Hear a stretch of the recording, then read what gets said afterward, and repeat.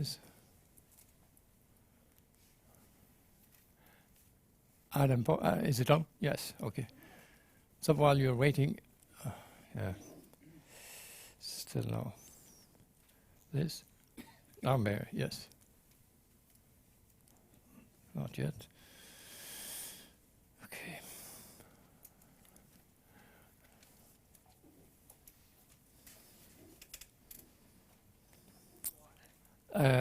Den skulle være på den, should be on the green or the red? The red? The green, yes. So it should be on.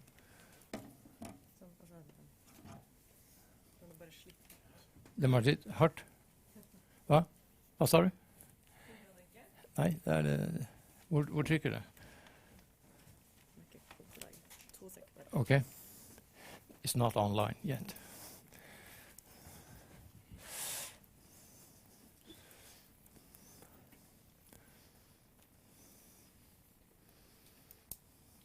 Okay, we try. Yes. So while we are waiting for the audience to arrive, you can look at this preparatory slide from Navarro and Autry's book, Death by China. Brief summary of the main points.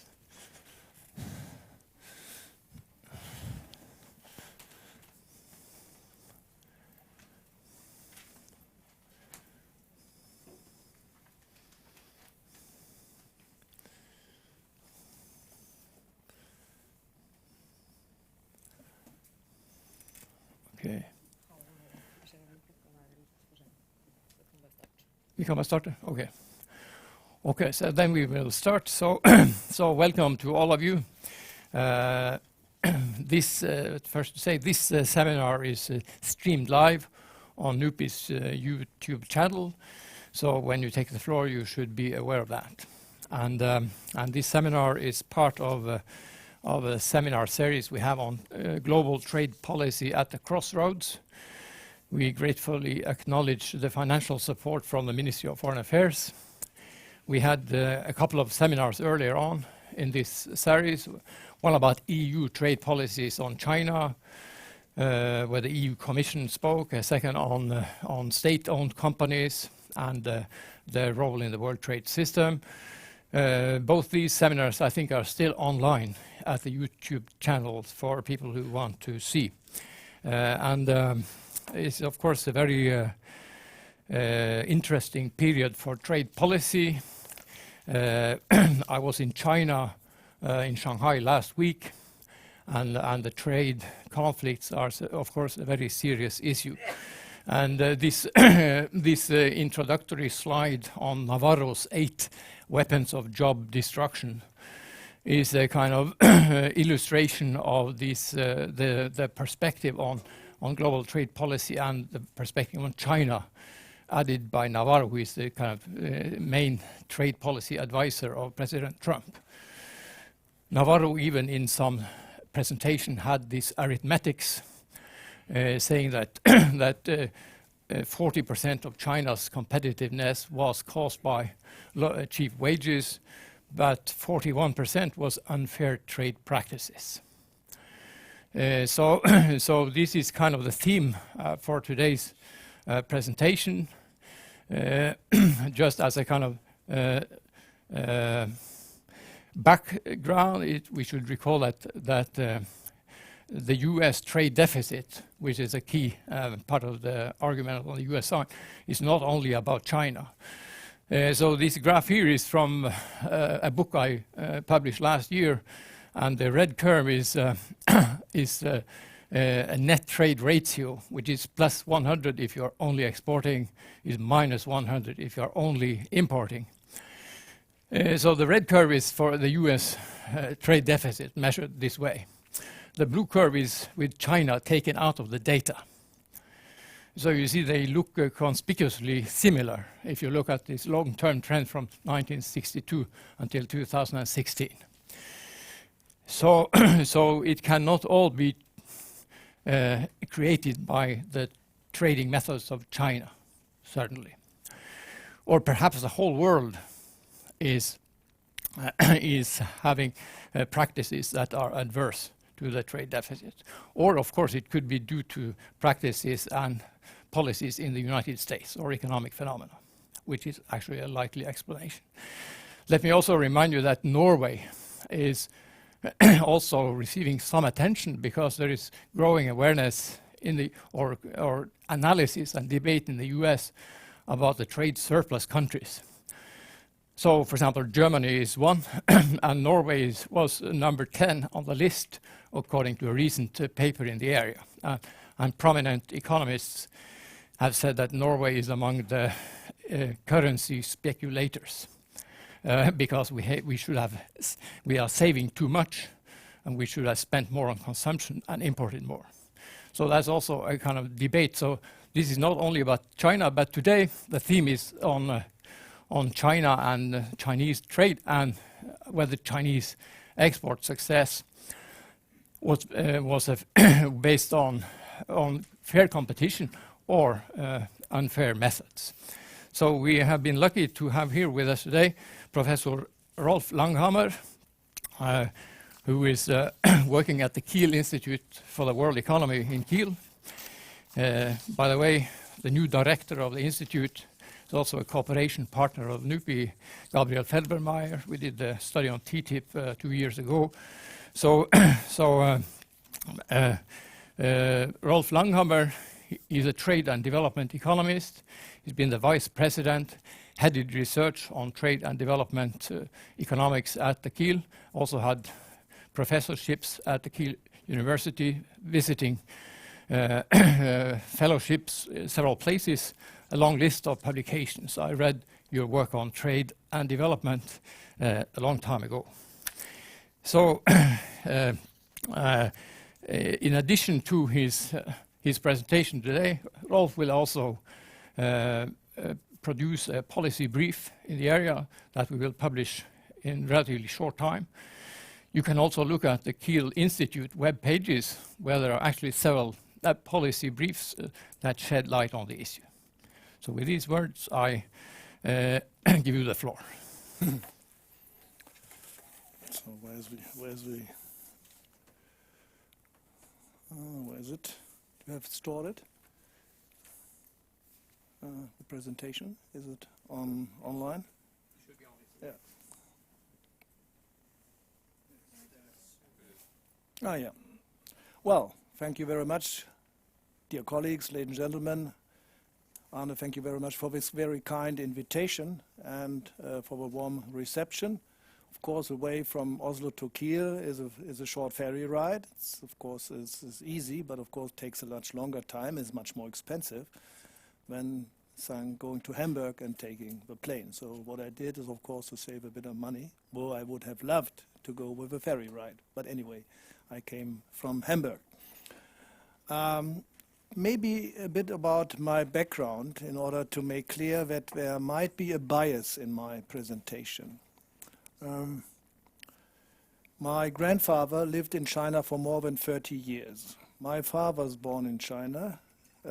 My father sold steel to China in the interwar period. So I have a long family history in China.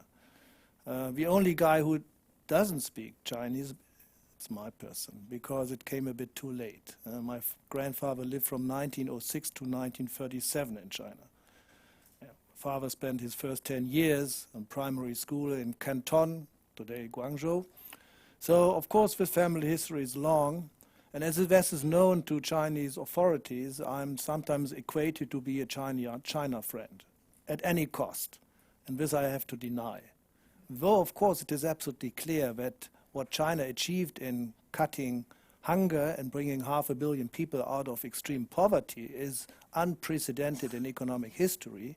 Of course, it was done with methods which, of course, are not very much liked in Western democracies. They did it their own way, true. But, of course, this is a different story with respect to that issue, of course, the export success. So what I'm going to discuss is, first of all, saying, hey, if we need a good source of rating China's policy, trade policy, why not going to the WTO? Every 2 years, a report is published on trade policies of the member countries. 2018 was number 7 since the entry of China into the WTO in 2001. So I think that is a better source than Peter Navarro.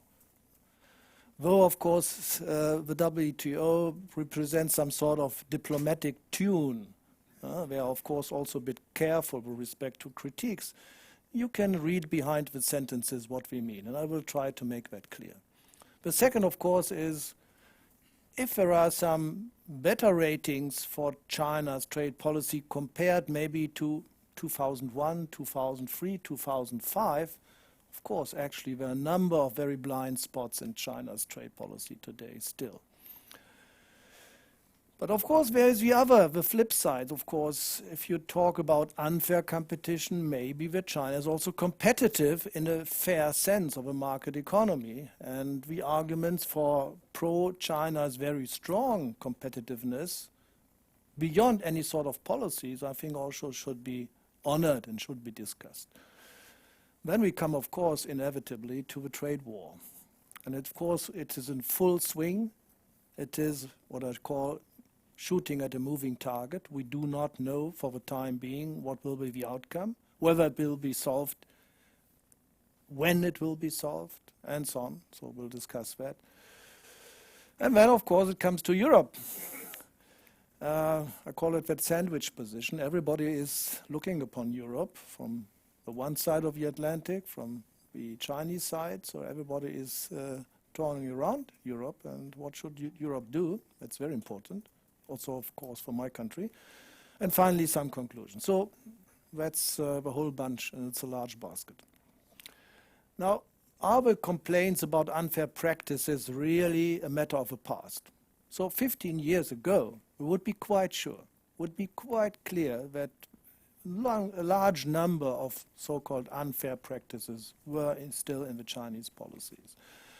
But meanwhile, of course, China's economic structure has tremendously changed. And before coming to the policies, just to recall what the WTO report 2018 last year says about the economic structure of China's economy. First of all, consumption today is responsible for 2/3 of Chinese economic growth. It's no longer exports. Second, services in GDP, the share, exceeds 50%. Third, the exchange rate regime, very important, you remember, Peter Navarro, totally unfair, beggar by neighbor policy, that is what he still says today. What does the IMF say, and what does, for instance, the WTO say? Well, it's completely different. It's no longer undervalued, number one, and each year, from year to year, the IMF tries to find out whether there is some sort of explicit or implicit beggar by neighbor policy. They said, well, broadly in line with fundamentals. That's, of course, still not really what we know from the Western tile with completely flexibility in exchange rate. But, of course, it's a striking difference to what we had, say, 2001, 2003. What is, for me, most important is not the nominal exchange rate. Forget about that. That is what matters is, of course, the real exchange rate for competitiveness. And what happened with the real exchange rate, they appreciated over a decade since 2008. And that means we have a tremendous real income gain for the Chinese people, for the workers. China has become a very costly location.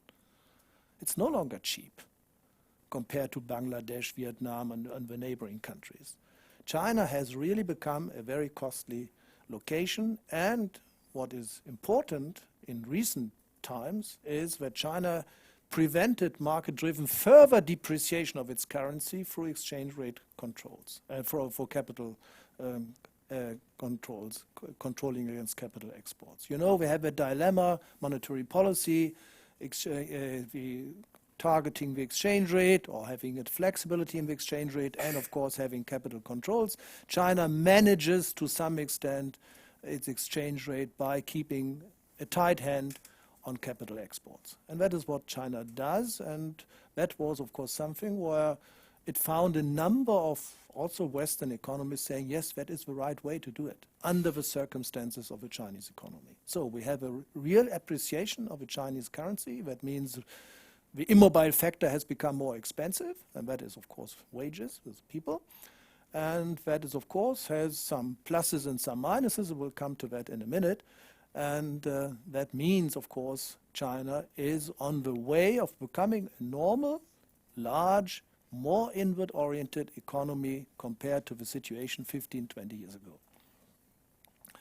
And what is more important maybe for macroeconomists, rather than simply looking only on trade, we have, of course, this is one of three subcomponents of a current account.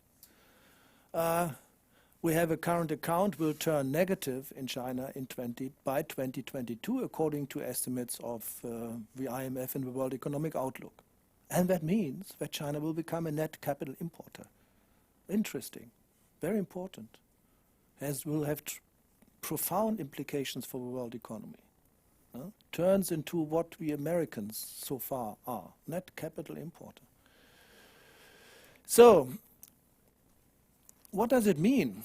Well, it must mean that import growth rates are consistently higher in recent years than export growth rates by about 1 percentage point, year by year. Second, the MFN applied average tariff is about, well, measured by the WTO in December 2017. There are different concepts, of course, depending on whether you take agriculture, manufacturers, total trade, and so on, is about 9.3.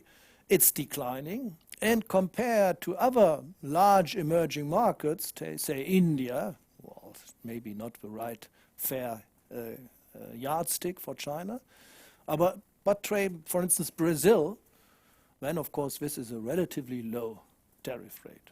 We can say, of course, whether tariffs really matter for market entry. That's another point. It could be the non-tariff barriers. We come to that also.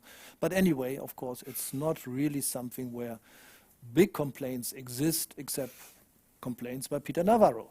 Okay.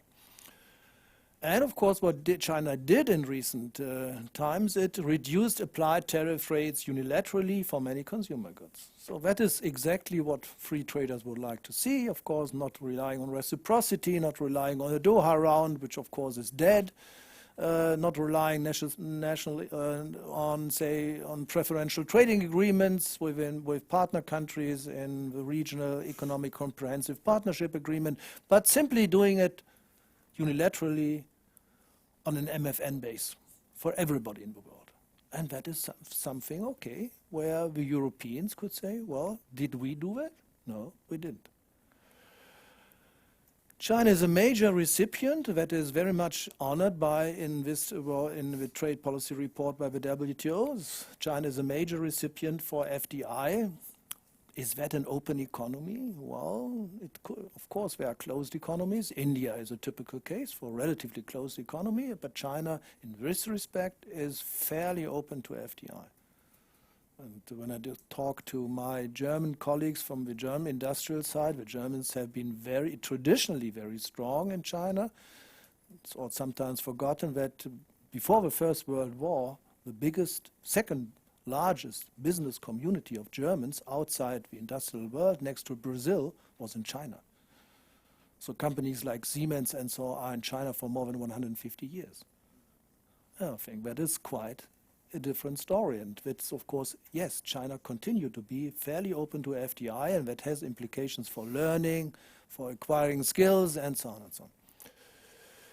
China is, in the dispute settlement mechanism, a complainant in 2 cases, a respondent in 5 cases, and a third party, that means together with other countries, in 10 cases. Well, the question is this excessive? Yes, it's a big country. Of course, you know, that's a number of complaints about Chinese trade policy, also with respect to export restrictions. You remember rare earth, where China lost, clear, and so on. But I wouldn't say it's too excessive, of course. China responds, of course, by complaints and saying, hey, we have also reasons to complain about.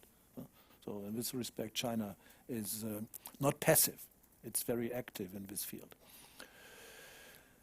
And what is also important now, coming a bit departing from trade policy, I hope you can see that, in 2008, China launched by far the world's largest fiscal expansion program in the big crisis, 2008, and helped to act as a demand engine out of the 2008 crisis. That is easily forgotten. That is about 13 to 14% of GDP. It's quite a number. And we are still, of course, have a price to be paid for that. We come to that, but we have enormous excess capacities which come out of this fiscal expansion scheme. And it was, of course, very much applauded by many developing countries.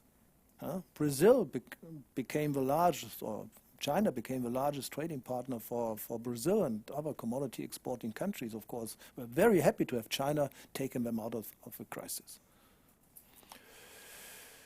So everything is nice and beautiful? No, it isn't. It isn't. China has a number of blind spots. And that is also explicitly, or maybe sometimes more implicitly mentioned in the Secretariat, WTO Secretariat report, in the trade policy report. First of all, subsidies. Domestic subsidies, that is clearly said in that report, are non-transparent. Probably high, and they are likely to privilege exports indirectly. And that is a thorny point, which of course applies to all countries. It's very difficult to really distinguish, to separate between domestic subsidies having no impact upon exports and direct export subsidies. Of course, direct export subsidies would, for instance, be a split exchange rate. That is absolutely clear. A split exchange rate privileging, undervaluing exports, having a lower exchange rate for exports, so depreciation, that of course would be clear. That is what China does not have. No more. It had it in the past, but not today. But it has, of course, this China 2025, Made in China 2025 industrial policy, which, in my view, amazingly only applies to manufacturers. Not a single service sector is mentioned in these 10 sectors which have been, let's say, taken out for Chinese industrial policy. China is still in this old way of thinking. Industrial policy is a policy for the manufacturing sector. It is not a policy for the service sector, though China will, of course, tries to become a service economy. But anyway, we do not really know, and they don't give numbers on that. So the WTO complains indirectly about the situation that there is this intransparent, no numbers, and so on, and basically some sort of very strong privileges given to state-owned enterprises. And here is a direct statement: state involvement in the economy remains considerable. State-owned enterprises are dominant in commodity sectors. There are no insolvency regulations on procedures for state-owned enterprises, no information for financial support for state-owned enterprises, and so on. And the question, of course, is, if this is true, is China really a market economy according to the WTO rules? And that goes back to 2 years ago, remember, December 2015, exactly 15 years after the entry of China into the WTO of 2001. China argued automatically, after 15 years, we will be eligible for being treated as a market economy, period.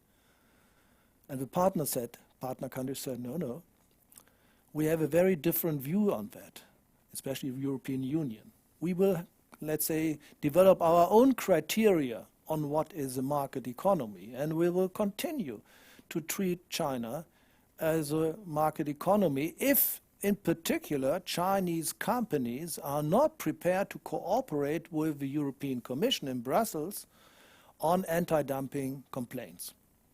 So what the European Union does, we want to split China in two parts. Chinese company cooperating and putting all the numbers on the table, and the other companies saying, no, we don't do that. And that for the EU is some sort of hint that there is some sort of illegal or, let's say, unfair treatment, and that means export subsidies. So this is the procedure of the European Union looking directly into companies rather than into China as a total. They pick up the companies. They say, hey, please, what about your costs? We want to know about everything which has to do with subsidies. Did you get something? And if you don't cooperate, we'll bring that to the decision with respect to anti-dumping duties, and then we will also still continue to apply the old method for non-market economies. We'll take a reference country. And the reference country for China, not too good for China, is Taiwan. And this is what Chinese do not like, of course. Taiwan, of course, is treated as a market economy. And the Americans do the same. So that is still an open issue. And it will be probably, I'm not a lawyer, but it is a legal aspect because the wording is not clear. And China is a unique case. We never had that before, that a country insists on saying, hey, in our accession protocol, becoming member of the WTO in 2001, it is clear that 15 years after our entry, we will be eligible for the treatment as a market economy. That is still the Chinese position. And, well, it's still unsettled, of course. It is not followed by the major trading partners so far. Yes, the other one. So we have one blind spot, subsidies. Second blind spot, state-owned enterprises. Third blind spot, enforcement of intellectual property rights. Is still a major issue. It has become a bit better. We have thousands of lawyers with respect to applying and invoking all these intellectual property rights in China. But if you come into a conflict with the state-owned enterprises, this is what my colleagues say, from the lawyers say, forget it. You will never win a case against a state-owned enterprise. Never. On intellectual property rights. For private companies, yes, you may have a chance, but not for a state-owned enterprise. And if that state-owned enterprise is dominant, what can you do? They get the money from the state-owned banks, so there is something like an unholy alliance between state-owned banks. They're, of course, full of claims on state-owned enterprises. Many of them are non-performing of these loans. That is really an issue.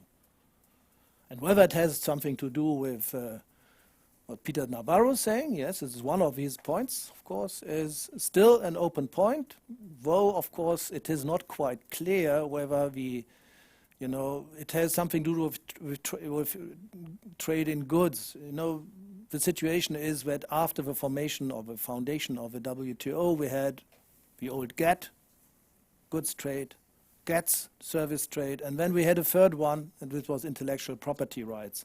What never became really clear whether the WTO is the right institution to deal with that, would be maybe the World Intellectual Property Organization from the United Nations. So it is something like an alien in that system compared to GATT or to GATS, but anyway, of course, it is in. We have very, very few dispute settlement cases on intellectual property rights. It's very difficult to handle, unlike trade in goods and also services. But services is also a difficult issue. But that is definitely a blind spot. Yes, we have a very recent phenomenon, Road and Belt Initiative. To me, it's hidden tied aid, because program financing through Chinese funds. You know the banks, the New Development Bank, the BRICS Bank, or the Asian Infrastructure Investment Banks. Forget about the names. These are not banks. These are funds. The money comes not from the financial markets. The money comes from Chinese taxpayers. It's Chinese official public money. So these are not really banks. These are funds. It is a misnomer. And this is why that money, of course, results in lots of orders also for and jobs for Chinese construction industries, which have a lot of export excess capacities. That's one big issue, coming from these big financial program after the 2008 crisis, right? So of course, I'm often in China. There are also contacts to institutes which exclusively deal with this Road and Build initiative. Chinese really are a bit, let's say, keep it on low profile. They're not really selling it, let's say, very progressively. Their campaigning is, in this respect, a bit obscure on that Road and Build initiative. One was One Belt and Road initiative, and then they changed the names. Names are very important in China, and so on. So now it's called Road and Belt initiative. They admit that a large proportion of the money flowing into these initiatives is sink money. It's not really good investment. You have a lot of indivisibilities, technical indivisibilities of constructing a long highway. Whether it pays over, let's say, 20, 30, 40 years, nobody knows exactly. I think because of these technical indivisibilities of cluster, we would say it's a cluster risk. You invest in such a huge, let's say, railway system or a huge infrastructure road system, of course. It is not really clear who benefits at the very end and who has to pay. How it is paid? By loans, which the poor countries will have to serve, or by having privileged access to commodity sources, yeah? long-term supply contracts. Then it is a term business. And maybe also China can lose. Why? Because it depends on, let's say, commodity prices in 10, 15 years when you have to serve a contract. And then it's not clear what about the prices then, nobody knows. So it could be a loss, could be a gain. But the Chinese authorities are quite, let's say, confident to say, yes, we know that lots of this money may be lost money. It's a basket case, but nevertheless, it is, we go ahead with that. In this respect, it is tied aid. We know tied aid is always very costly because you do not source from the cheapest source, you source from the Chinese source. So far, very few contracts which have been really past all the regulations, say, with respect to environmental protection and financial solidity, which are set up by international financial markets. Oh, this is the reason is very simple, because it is money coming from China. We are not financing it through the international financial markets. Yes, non-tariff barriers impeding enforcement of national treatment.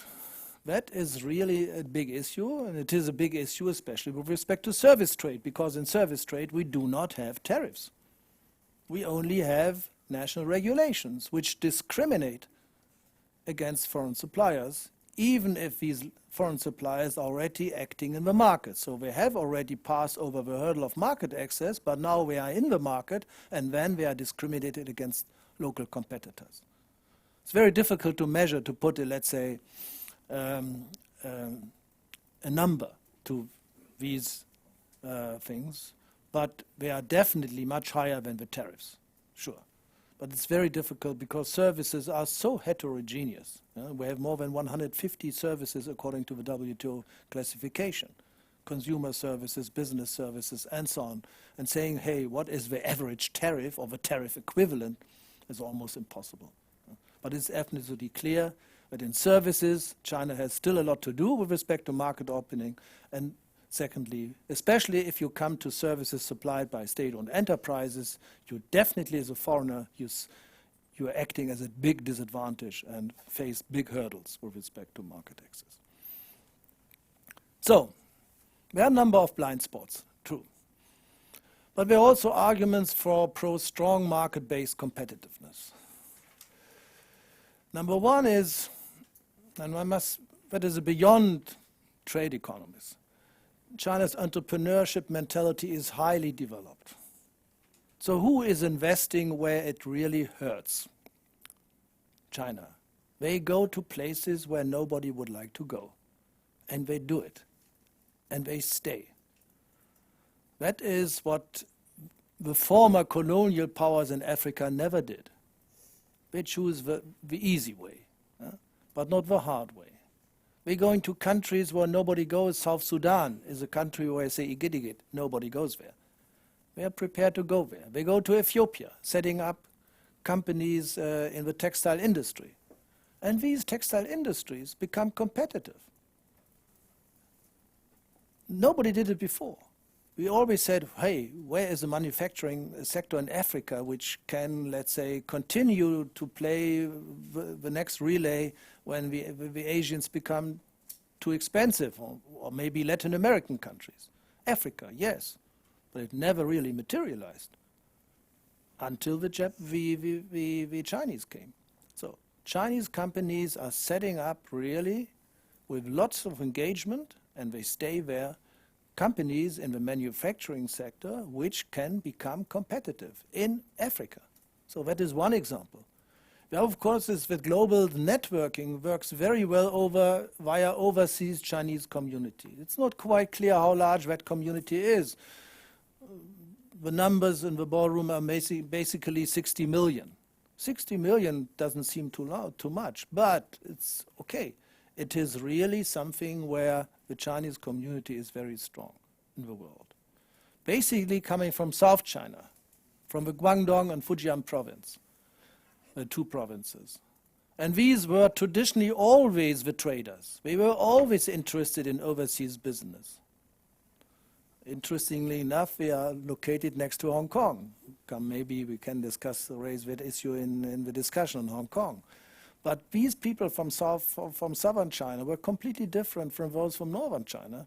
And these were, of course, the people who, let's say, evacuated and established companies and family links throughout Southeast Asia and also Latin America. We're all from the southern part of China. Traditional traders, relatively open-minded people. And that, of course, helps for China if we want to enter markets where you face some sort of, well, costs in order to, as a first mover, this network is very strong. And then coming to the new sector, the digital economy, which of course is something that would be of course a part of an entire new seminar. Is China or will China become the digital working place for the world? And that of course is basically understood as a concern.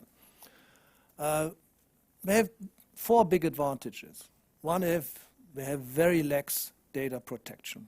Nobody in China can say, hey, these are my data, privacy, forget it. Second, we have mass of data. Yes, many, many data. By the way, this costs also environmental problems because these data centers need a lot of cooling. Costs a hell of energy. But this is only something. We have abundant capital for this sector, and we have, very important, very strong human skills in the information technology. If you look at the, let's say, distribution of patents in the information technology sector, many, many Chinese are there. So these are the big four advantages.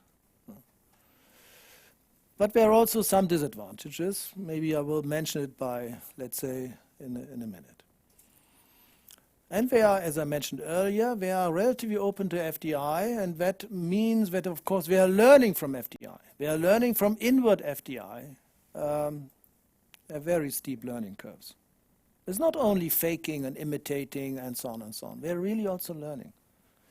So these are the very strong arguments, I think, for saying yes, even if, let's say, would have all level playing field with respect to China's trade policy, so everything would be fair according to WTO standards, these are very strong factors for some sort of fair competition. We are really very strong competitors.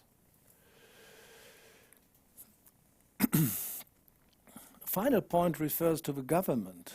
I said that the government in China is very experiment-mindedness. That means government encourages time-limited trial and errors, experiments for hundreds of so-called special zones in all sectors.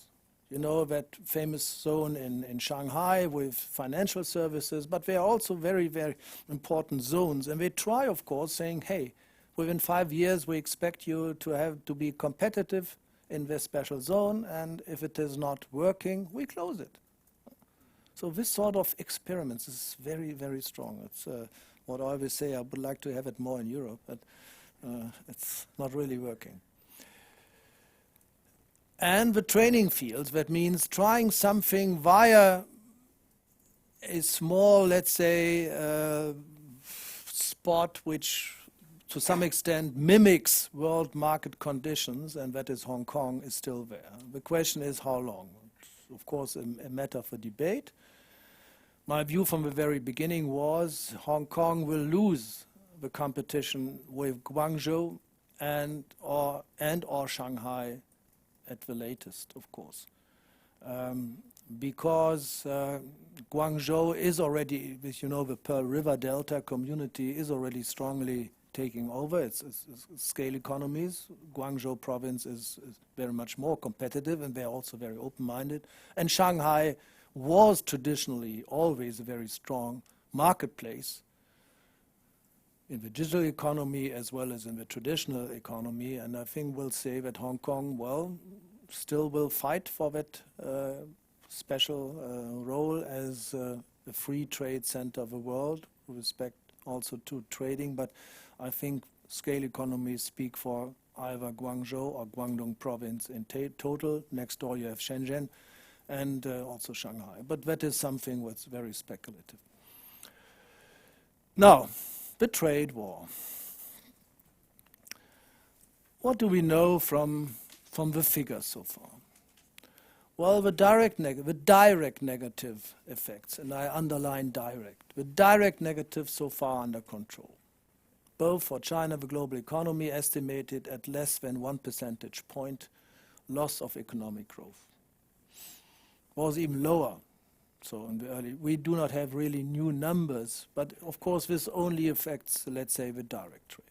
The indirect trade, that means we have impact on the investment sentiment. They are much more important and they are much more critical. So it's not really something saying, hey, yes, this uncertainty, what comes out of that war, is so tremendously strong that these indirect effects are much more important. Of course, it is difficult maybe to separate that from the situation. I come to that also in a minute, saying we are at the end of a very unusually long 10 years expansion, cyclical expansion process after 2008 crisis. Usually you say about 6 years our business cycle length, and it is now 10 years and it comes to an end, and of course it comes to an end exactly at the moment when we are in that trade war. So the sequencing of US measures, they differentiate by types of goods. We had first started with intermediate goods, finished goods, which imply higher first round negative effects for China. Because here the consumers, say in the US, but also in other places, of course, could choose and switch to other suppliers. And that, of course, brings the very well-known terms of trade effect. That means in order to defend a market position, the Chinese exporters would have to lower their prices. So the costs of these tariffs would be then borne by China. That is number one round. But in the second round, and that is now the round in which we are entering, the situation changes a bit. Now, if President Trump really invokes and imposes tariffs on basically all the 550 billion exports of China to the US, then there will also be products in which China is really a leading supplier, where very few countries can substitute for China, or few locations. And that would mean then the costs would shift to the consumers. And there are estimates that if Trump would really bring in tariffs in these consumer products, which are relevant for the Christmas business of US consumers, then that would cost US consumers several hundred of dollars. And that is, of course, very, very important. So once the US consumers can no longer shift to alternative suppliers, but have to buy that stuff from China, though China, of course, is only a finishing touch producer. It is part of the global supply chains. But the final touch in many products, of course, is done in China still. There's a famous story that the iPhone consists of only 5% value added made in China. The rest comes from other places in Asia. But of course, here, I think the terms of trade effect, negative for China comes first. Second, of course, it would be then more costly for the US consumers. And of course, that has also an income distribution effect in the US. Because any protection is like a regressive tax on the consumer. It is regressive. Why? Because the poorest guys pay the largest extent, the largest proportion. Because in their basket, these products, of course, have a higher weight than for the rich people. Except, of course, that, in addition to that, the rich people have a higher savings rate. We are not so much dependent on that. So it's a regressive income tax, and that is serious for Donald Trump, because it comes to his electorate. And of course, I think for these reasons, he has been informed by Lightpfizer, by his trade representative, be careful, these are products which hurt us, not necessarily only the Chinese. He let these measures pending. This pending, again, creates uncertainty. And that, of course, brings us to the next point, of course, that the retaliation from the Chinese side is asymmetrical. It's very much weaker, because, of course, naturally, in the trade field, because imports of China from the US are by far lower, of course. And they are principally targeted to the US farmers. Soybeans is the catchword for that, but also other products. So the Chinese side is passive, low profile. We retaliate, but we will never retaliate at level playing field, not at the same level. Not yet. And that is now this third bullet point, I think, is, to me, the much more important, is nobody knows exactly what Donald Trump would say which is a good deal for the US. It's absolutely unclear. So we do not know how far the negotiations, there are always negotiations in Shanghai or in Washington, so trade negotiators from both sides meet, and of course behind closed doors, nobody knows exactly where we are and so on. But nobody knows exactly what is really Mr. Trump's target. What would he look upon as a good deal for the US? And this, of course, strengthens assumptions in US financial circles from American banks, which number the probability of a no deal before 2020 presidential elections with 60%. So it would be shifted far into next year in order, let's say, to keep it open. Not an ultimate thing where we will say, yes, we have settled it, it's fine, we are good friends, fine, and so on and so on. That will not be done. Unless the US economy will really turn downwards. So far it's not clear. Jerome Powell said, well, the figures are not so bad. Of course, we could be better, but compared to Europe, the US is in a fairly good position at the moment.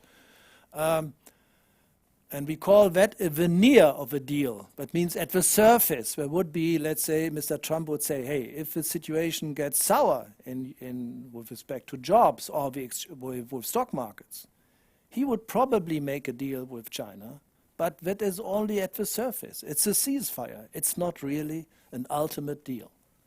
That is something what financial markets expect. A veneer of a deal if the situation in the US deteriorates.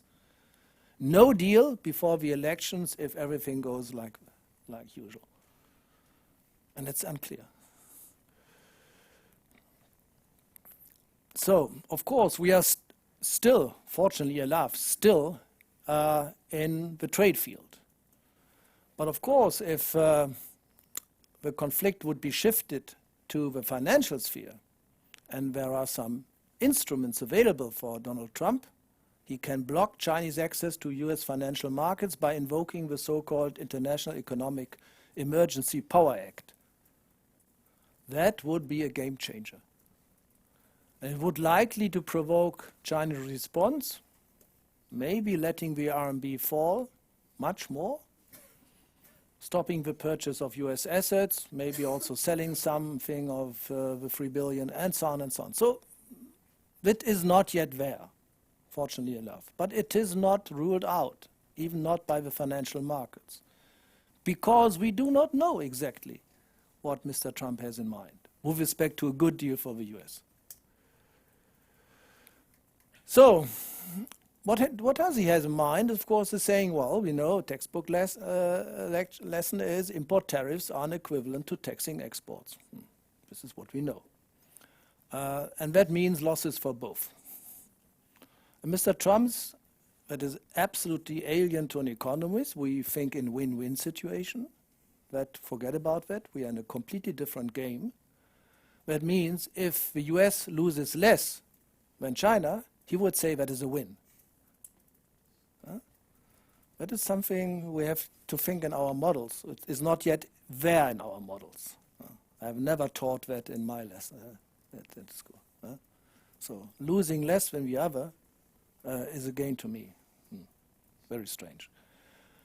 But of course it is a way to delay the rise of China to world's number one. He will not stop it. It's impossible. That's for clear. But he can shift it to the future as much as he can. Maybe that is his intention. By the end of the day, the trade war can be a pre-runner for a tech war. In the digital economy and in this tech war, it's very interesting. I looked a bit into these fields in the digital economy where the US is still strong and where China is strong and so on. And there, of course, you have very, very different sectors. But what comes out, in my understanding, I'm not an expert on that, but my understanding is that China is very strong in process innovations. That means making things which we do already more efficient. This is also part of the strategy in the Made in China 2025.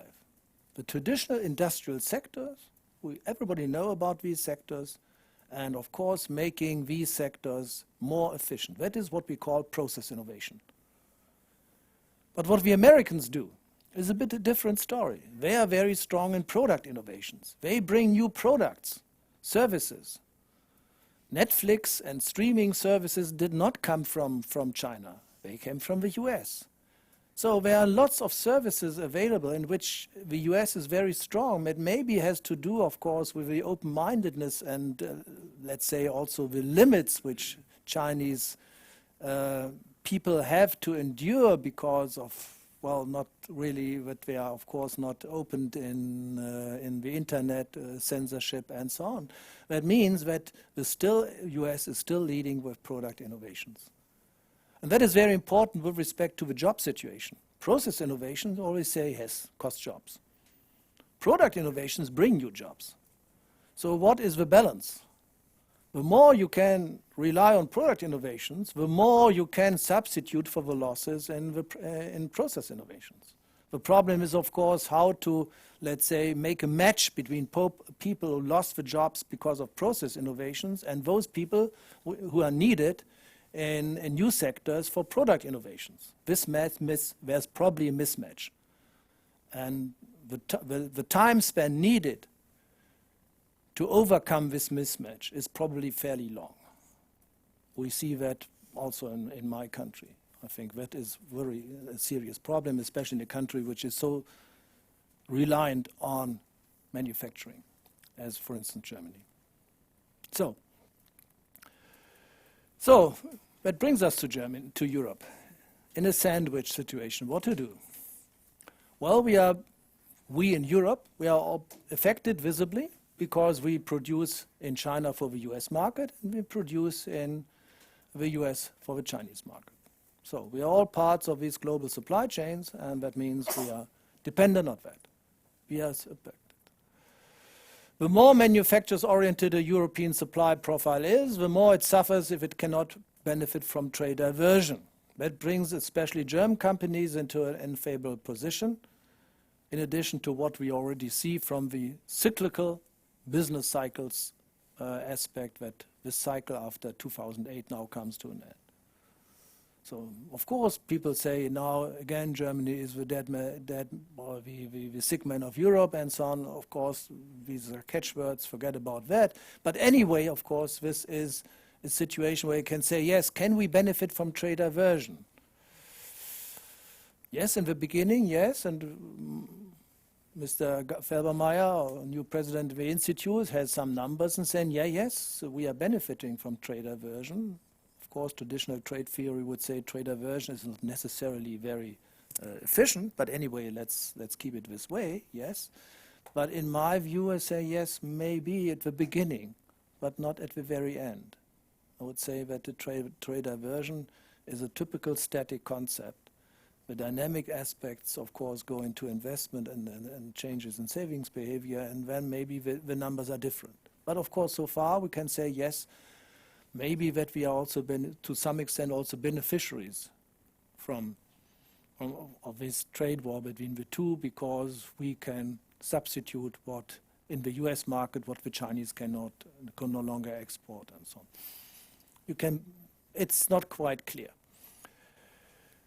But what is quite clear is that China and the US apply divide and rule tactic against the US. China has its 70+1 initiative in Southeast Europe. It has to do with the Belt and Road Initiative. They have persuaded and convinced Southeast Asian partner countries. It was initially 16+1.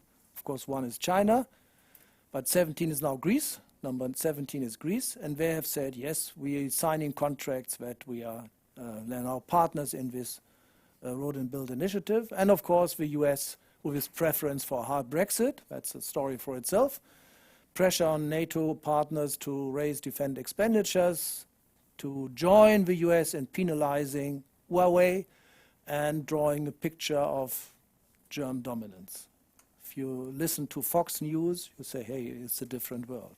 Germany dominates Europe, and that is not good for the US, according to Fox News and maybe also Donald Trump. So these divide and rule tactics are very strong.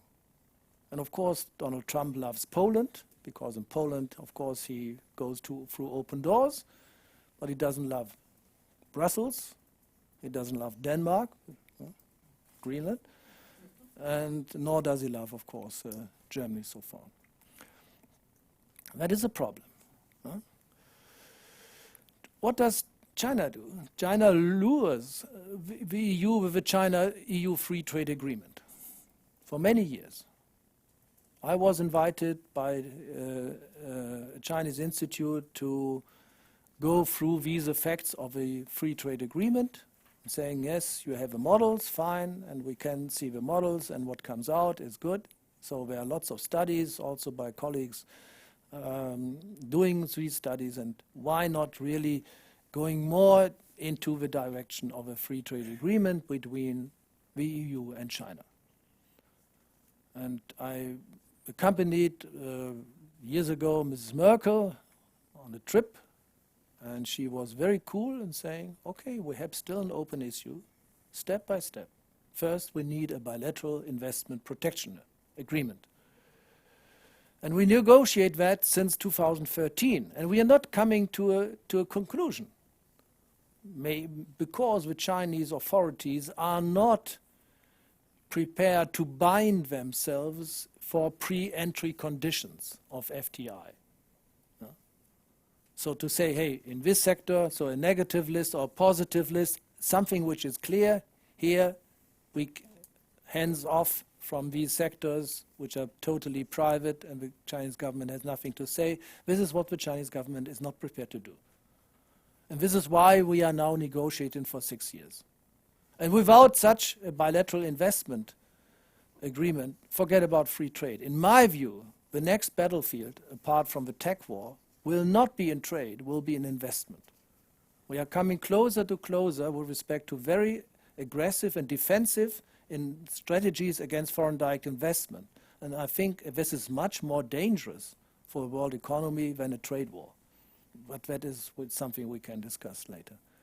So that is a no-no for the time being. No free trade agreement with them. The next point of trouble is what China sees the EU Commission's approach to a screening mechanism for protecting national security targets against the buyout of foreign investors as an unfriendly act, because they say that is implicitly targeted against China. And that is true. Absolutely. Though, of course, it is explicitly targeted against all foreign investors. It is implicitly, Mr. Juncker was quite clear about that. It is implicitly targeted against China, maybe in second rate also Russia. But these are the only two countries. So it is an interesting approach, the screening mechanism. We have that in Germany. We have that in France. But in the majority of EU member states, we don't have that. We don't have a screening mechanism. But the Germans and the French urged upon the EU Commission and Brussels to say we need that also for the entire European Union. And now the Commission works on a catalogue, on criteria of saying what could be a sensitive or sensible issue for endangering national security or community-wide security. And that is something which that China does not like at all. They see it really as an unfriendly act. Well, I'm often invited by the Chinese ambassador in Berlin to conferences with Chinese colleagues, and that is always a big, big point. And they do not understand why Germany is so eager to push that. Other countries don't do that. But the Germans, with the French, go ahead in Brussels and say, we need that. So that sours a bit the relationship. My point is that the EU should not see the US and China as equidistant. For political, economic reasons alike, the partnership with the US is much, much, much more, is way more important for the EU than with China. So the negotiations on, you may label it as you like it, TTIP light or something like that, should be much more priority. That is very important. We are not at equidistance between the two. For all sorts of reasons, maybe political, but also financial, of course. The US trade deficit or current account deficit is, in my view, only a symbol of an invisible second account which we do not see. Because the US provide two international public goods for the world, the global currency and global security. Whenever we have a problem in Europe, we say, please, US, help us. Whenever there is a problem in the world economy, everybody escapes into the dollar. For these two public goods, so we are free riders. We do not really pay officially for that. But implicitly, we pay for that because we save and the US may consume. That is our way. That is our way of payment. So should Mr. Trump really say, hey, we need more defense expenditures from the European side, especially Germany should, of course, raise from 1.2 or 3 to 2%, we say yes. That, of course, would reduce our savings. And this money would no longer be available for US consumption. And you should think twice about that. So this so-called invisible, I call it an invisible service balance, I think is very important for a country which has still these two international public goods, dominant currency, global security. We are free riders on both. We need both. We do not have a substitute. The euro is not a substitute. The RMB is not a substitute for the global currency, and the defense expenditure is the same. And this is why, of course, these thinking say, yes, if you would really be radical, you would say a leading country providing the leading currency should always have a current account deficit. But okay, that is something we can discuss. So this is why I say we are not at equal distance between the two. China is still of less importance for Europe than the relationship with the US. This is where we should really do something. So what could we do? Okay. Another point, the trade diversion issue again, of course, that of course would increase the trade deficit of the US with the EU. If we would really benefit from that war by trade diversion to our benefit for our exports, Mr. Trump would not necessarily be very happy about that. He would say again, hey, very unfair. as he looks into these bilateral trade policy conflicts. What the EU should do, of course, I'm a bit naive in this respect. We should be prepared to introduce unilateral tariff cuts, especially in the agricultural and automobile sector on an MFN base. I think this would really strengthen the EU base as a guardian of a multilateral trading order. It is not easily understood or sometimes also forgotten why we have a 10% tariff on cars. That dates back 25 years ago to the Uruguay round, when everybody in Europe was in fear of Japanese competition.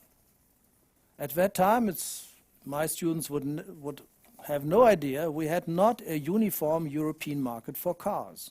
We had quotas in France, in Italy, in Spain, in Portugal, and had a free market in Germany. So we needed controls within the single market, believe it.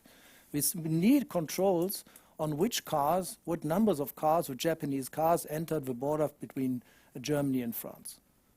In order to get rid of that, we only had a second product in which we had a similar awkward situation. Nobody would know it's bananas, but forget about the bananas. But cars are more important, right? Therefore, we said in the Uruguay round, we said we need a 10% MFN tariff, which of course explicitly was targeted only against Japan. This is what the French, the southern European countries demanded. And since that time, we have that 10%. And Mr. Trump and Mr. Navarro always said 10%, okay, 10%, and we only 2.5.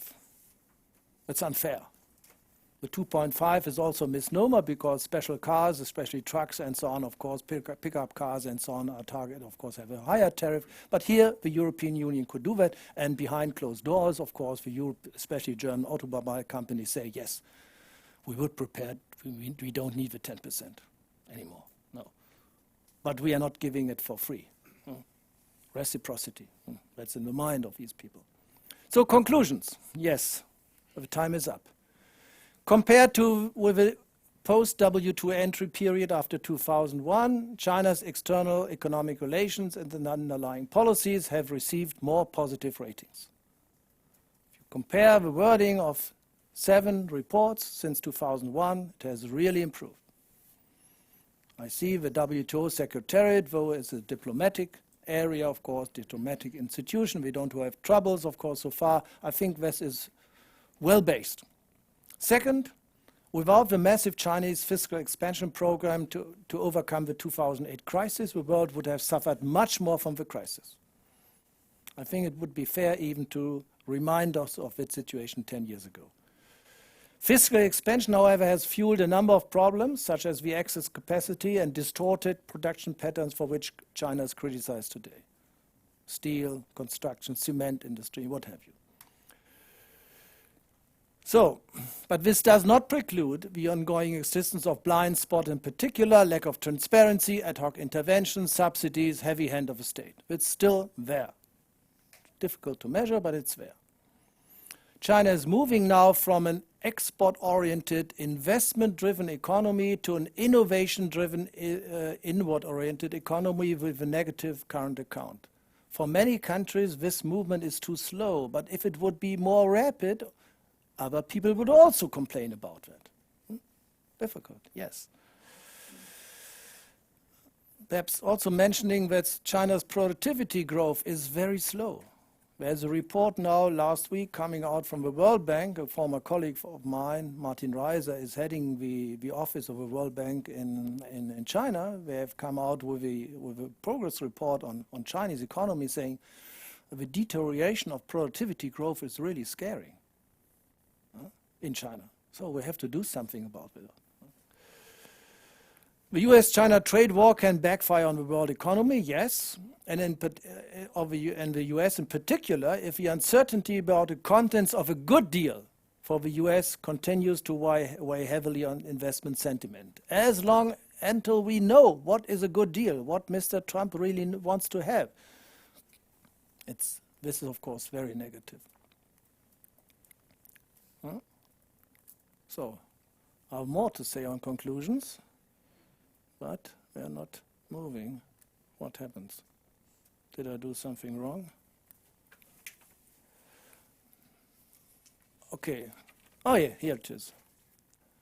So, if U.S. has really in mind, the government, that a good deal is a complete transition of the Chinese economic system from the very state-led driven system to let's say, a Western type of market economy, it is futile. In the foreseeable future, China will stay what it is.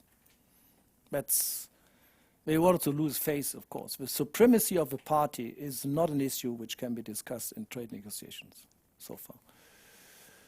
The EU should not define its sandwich position as equidistance. Workable relations to the US have a much higher priority than those to China. Finally, that is something we should not overly concerned about China, fearing China. We should be perhaps more concerned about China as an epicenter of a next financial crisis, because we have a lot of risks in the portfolios of Chinese companies, which have, of course, raised a number of their loans dollar-denominated or foreign currency denominated. If the Chinese currency should continue to depreciate, it may happen a similar situation as in Southeast Asia in 1997, that, of course, we have more difficulties to serve the debt. Though, of course, China is still, of course, in a comfortable situation, that, of course, we had a lot of foreign exchange, yes. But remember situation 2015, the 4 trillion came down to 3 trillion. So that means it can happen that these so-called financial reserves are melting like butter on a pan. So I'm still a bit concerned about saying, yes, we should also fear about China as the next epicenter of a financial crisis. And that's, of course, something with So, I think the last one, in the past, China's export success was much more built on unfair trade practices than today, but it's still far from being satisfactorily fair. So, thank you very much for listening, and I'm looking forward to the discussion. Thank you.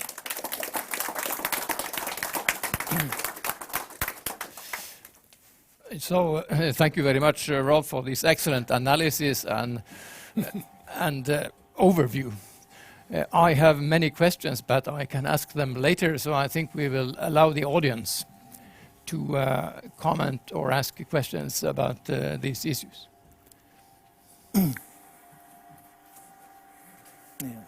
Yes. Okay, and please state your name so that people know. Yes. I think, yes. I think it's coming, yes.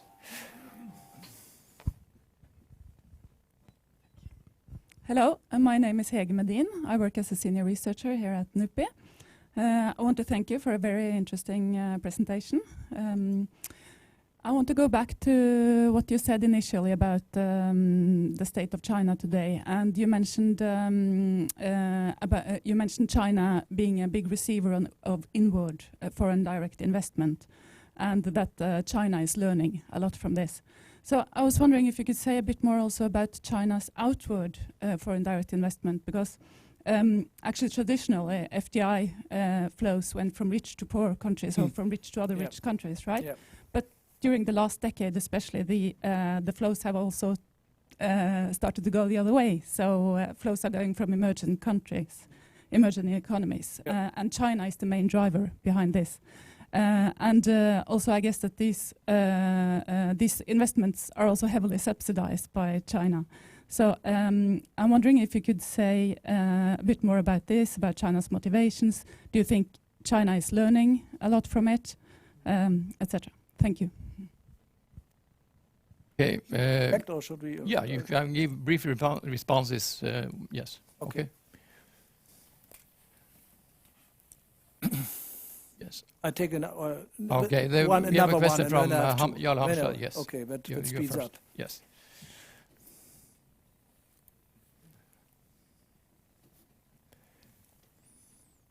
Thank you. Jarl Hamstad from the Norwegian Trade and Commercial Federation Enterprises. I have 2 points that I would like to have your comment on, to sort of adding on your list.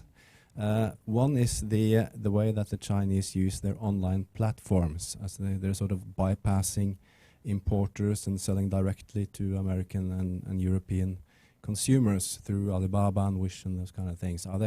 Is that an element on your list? And the other one is a conflict that has increasingly become part of the trade war, which is the sort of this strange thing that's called the Universal Postal Union, which has an extraordinary meeting on the 24th of September, which is next week. The Americans are withdrawing if the Chinese will not change their system of sending parcels throughout the world, which a system which means that they are subsidizing their parcels that are sending throughout the world, because the Chinese defines themselves as a developing country and sort of exploits this system. It's complicated, but that was easily explained. Are those two points on your list? Would you comment on that? May I start? First of all, the two and then the next. Okay, very shortly.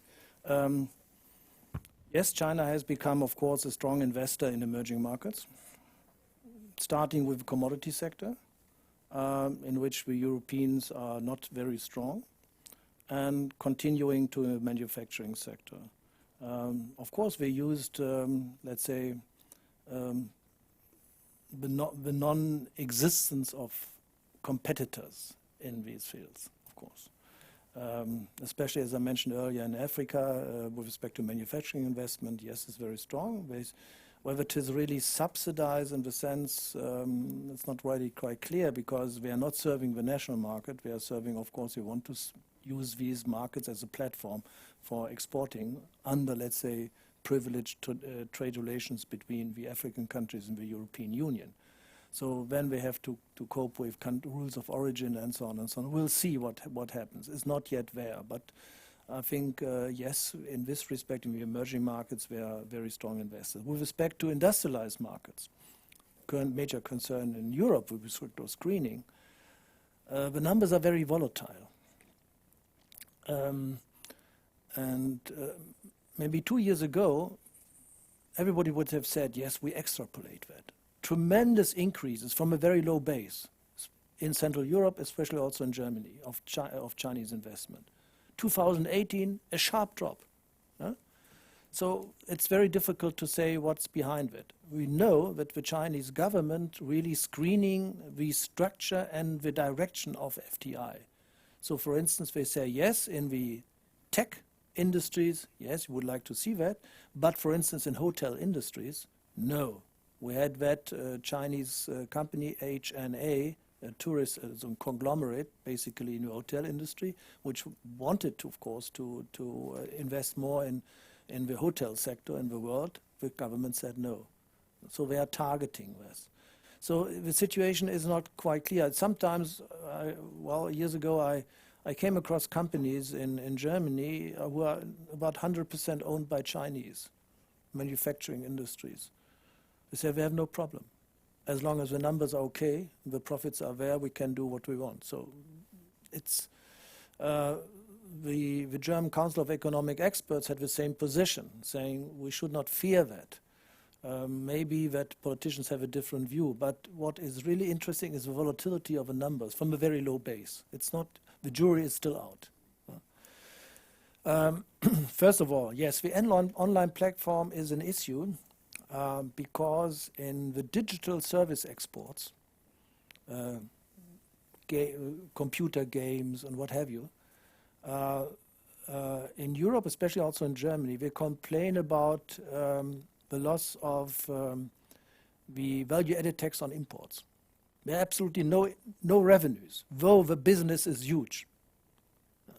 The numbers are huge, but of course, all these let's say, sources in China are a bit vague. Nobody knows exactly via which, let's say, IPN numbers all these products are sent.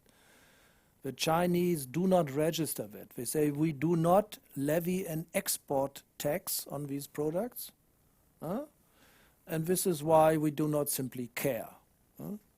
Lots of these digital services are exported from China to Europe and the German fiscal authorities complain about saying usually would have an import value-added tax, absolutely no revenues, no. And we have to do something about it. And I think the European Commission is working on that, but it takes time. And I think the technological progress is so rapid that we are leading behind. On the other thing, that is not something of my home turf. I must say, we know that China, that is a general issue, regards itself as still as a developing country. And that is, I think, its blind spot as a guardian of a world trading system. We say, yes, we are a developing country, we are eligible for special and differential treatment, and so on and so on. We have discussed that earlier on the GSP, on all sorts of preferential treatment. Even if they do not really actually get the benefits, we would say, yes, but we will not give it up. We will never say we are, let's say, a developed country and we don't need that, and so on and so on. So all the reforms of the WTO, which China proposes, are still, I think, limited to the extent, what do we do with unequal treatment of trading partners of the world? So a violation of MFN treatment, which I think is very critical. We have it from the very beginning.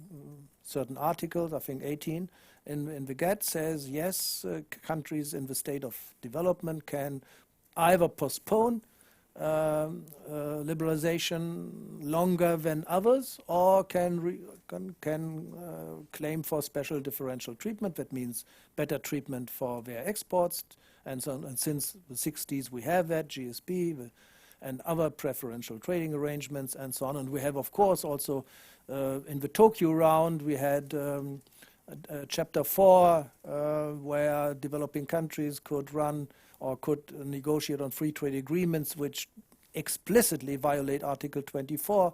They do not comprise virtually all trade, and so on. So there are free riders in this respect. Maybe that it is also in this in the postal union story. It's not on my list. It's a detail. Thank you so much. I will look at it. You can read Mr. Navarro's op-ed in Financial Times from last week. Yeah. So I have two more on the list, but let me intervene with one kind of empirical but also conceptual question. Are your blind spots illegal? So if you go to India, don't you find many blind spots there? Do you find many blind spots in Russia or in Brazil, etc.? So are they illegal, and what is the kind of reason for considering them as kind of urgent? As long as a country is not successful in exporting, nobody cares. We are all mercantilists. Exports are good, imports are bad. Imports cost jobs, exports are fine. It is something it's a DNA in trade diplomacy, unfortunately. I see it in my government. I'm very sorry about also my Ministry of Economics. We get questions for running studies and saying how much should we demand with respect to opening, that we can export more to India, and so on and so on. I say, hey, forget it. Imports make us richer, not necessarily exports, but it is not possible. It is really not possible. That is the reason. India can behave as I like it, and maybe also having export subsidies. If these export subsidies cannot overcome the other hurdles of India as an exporter, nobody really cares. So in this respect, yes, that is my understanding. Okay, I have another question, but that for later. So next one there, yes. Thank you. My name is Eivind Hoffman. I'm an economist and retired international civil servant. One of my great-grandfathers came from Nuremberg as a skilled brush maker to assist in establishing Jordan brush factory. But my question is, thank you for pointing out that there is much more to trade and to international economic development than just trade and investment policies. And therefore, I would like to ask you, is it possible to consider that the success of China's export in the past, to a large extent, was a function of their managing to mobilize what W. Arthur Lewis talked about as the unlimited supply of labor. In other words, they had an unlimited supply of labor in the back regions which could be mobilized. And is it therefore also possible to consider that the demographic imbalances which China is facing over the next 30 to 40, 50 years will cause many of the developments that we are seeing today to maybe be questioned, and that it may create tensions with other parts of Asia as well as other parts of the world, because China would possibly be a demander of immigrants to China. Thank you. Then we can take one more question from behind there. Thank you, Professor, for a very interesting lecture. Like you, I have a China bias. My first diplomatic post was in Beijing in the late 90s, after which I went to Geneva to negotiate their membership of the WTO. So I appreciate your trade lecture being based on trade perspectives and trade vocabulary and trade rules. But as the last speaker alluded to, perhaps the one particularly unique thing about China, besides its one-party state, which is by the way not that unique, is of course the size of their population, and in particular the size of their very productive labor force. So I could have stayed on for hours, but unfortunately I have a train to catch. But as opposed to in China, I can perhaps rely on the train to be very late, so I might stay on for another 10 minutes. The point I'm trying to make is that you mentioned that China is no longer cheap, it's rather expensive compared to, for example, Bangladesh and Vietnam, and for that matter, India, where I also served. The point is, however, that China is perhaps still rather inexpensive as per productivity and value of output, partly because of the trains actually run, and they run fast. The government is predictable, they have a well-functioning infrastructure, both legal and physical. Now, in that perspective, is China's labor force cheap, middle, or pricey? Thank you. Okay.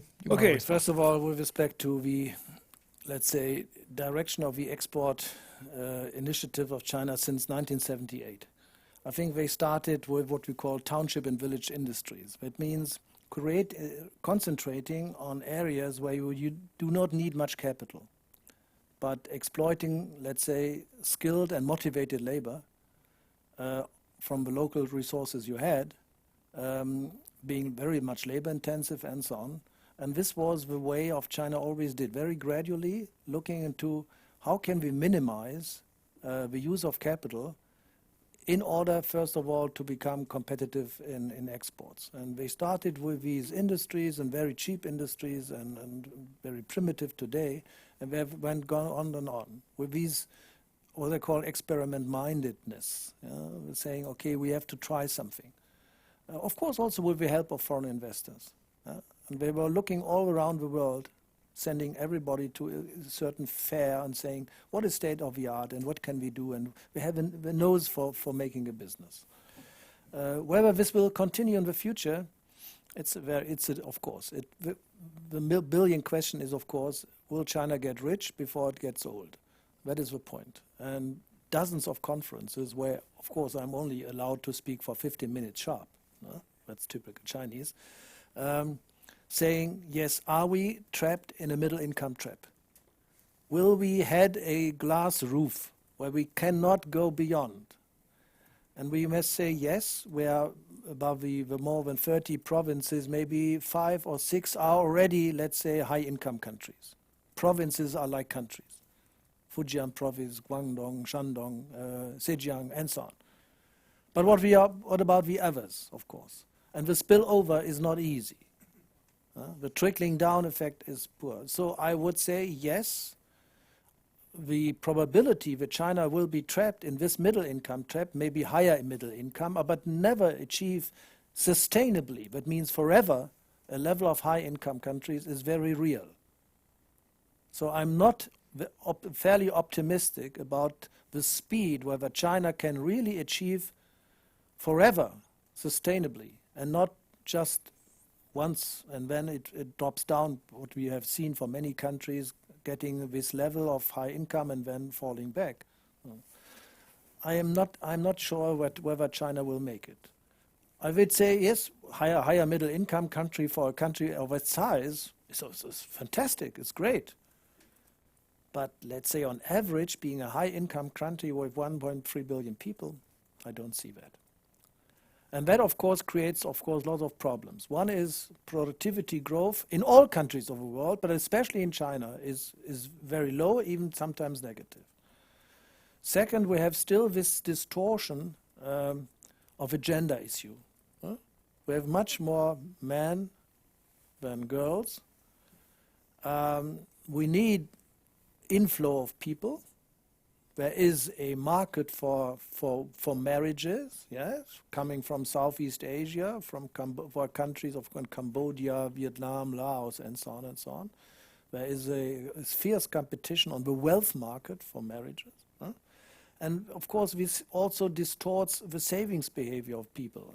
It has been measured that in countries where boys are, the savings rate is significantly higher than in families where there are only girls and so on. So I think China faces, apart from pollution problems and so on, enormous bottlenecks. And only one of these bottlenecks may be binding economic growth. But in total, they combine the countries saying, yes, you will not achieve more than a higher middle income country status. Be happy with that. That is a great achievement. But they are beleaguered with this idea that is saying that is a trap. We must become a high income country. I don't see that. Yes, China has added about 30% of world's labor supply to the world market by opening up. But that labor supply, of course, is now limited. And they need, as you said, as a net capital importer, maybe also they need, of course, fresh imports from abroad. But of course, the same situation is in South Korea, the same situation in Japan. And they are even stricter. So the aging process in Japan is far, far more advanced than that of China. But in China it will come, definitely. And of course, even if you now say, okay, now people are allowed to have 2 kids, people in China think rather realistically. Kids cost money. Sure, and we want to consume. And this is why, let's say, the fertility behavior of high-skilled people, especially women with high skills, is not changing because now just opening up or giving up this regulation. So it doesn't really change. This is why this one-child family is a mortgage which will hang heavily upon China's economic future. Cannot be repaired overnight. Thank you very much. I think we are approaching 4 o'clock, which was the target. And I think as a kind of just personal reflection at the end, I think you provided an excellent analysis of China and the trade issues involved in trade. My personal reflection is also that from the kind of Western economics point of view, a thing which is not kind of fully covered is the impact of an 88 million strong, disciplined organization being dominant in all parts of the economy and government. So when I was in Shanghai last week, they always all the CPC guys said that the reason for the success is the CPC. So of course they said so, but it is a point that if this works, it has an economic impact, which is kind of not captured by the trade models properly. So that's an important issue. But I think we have got a very good overview analysis. We will contribute later with new seminars in this series on the trade policy challenges. I thank you so much for coming to Oslo for this excellent contribution. We look forward to the policy brief. You must send our regards to Director Felbermeier, and we hope to stay more in touch with the Kiel Institute in the time to come. And thank you all for coming. Thank you. Okay.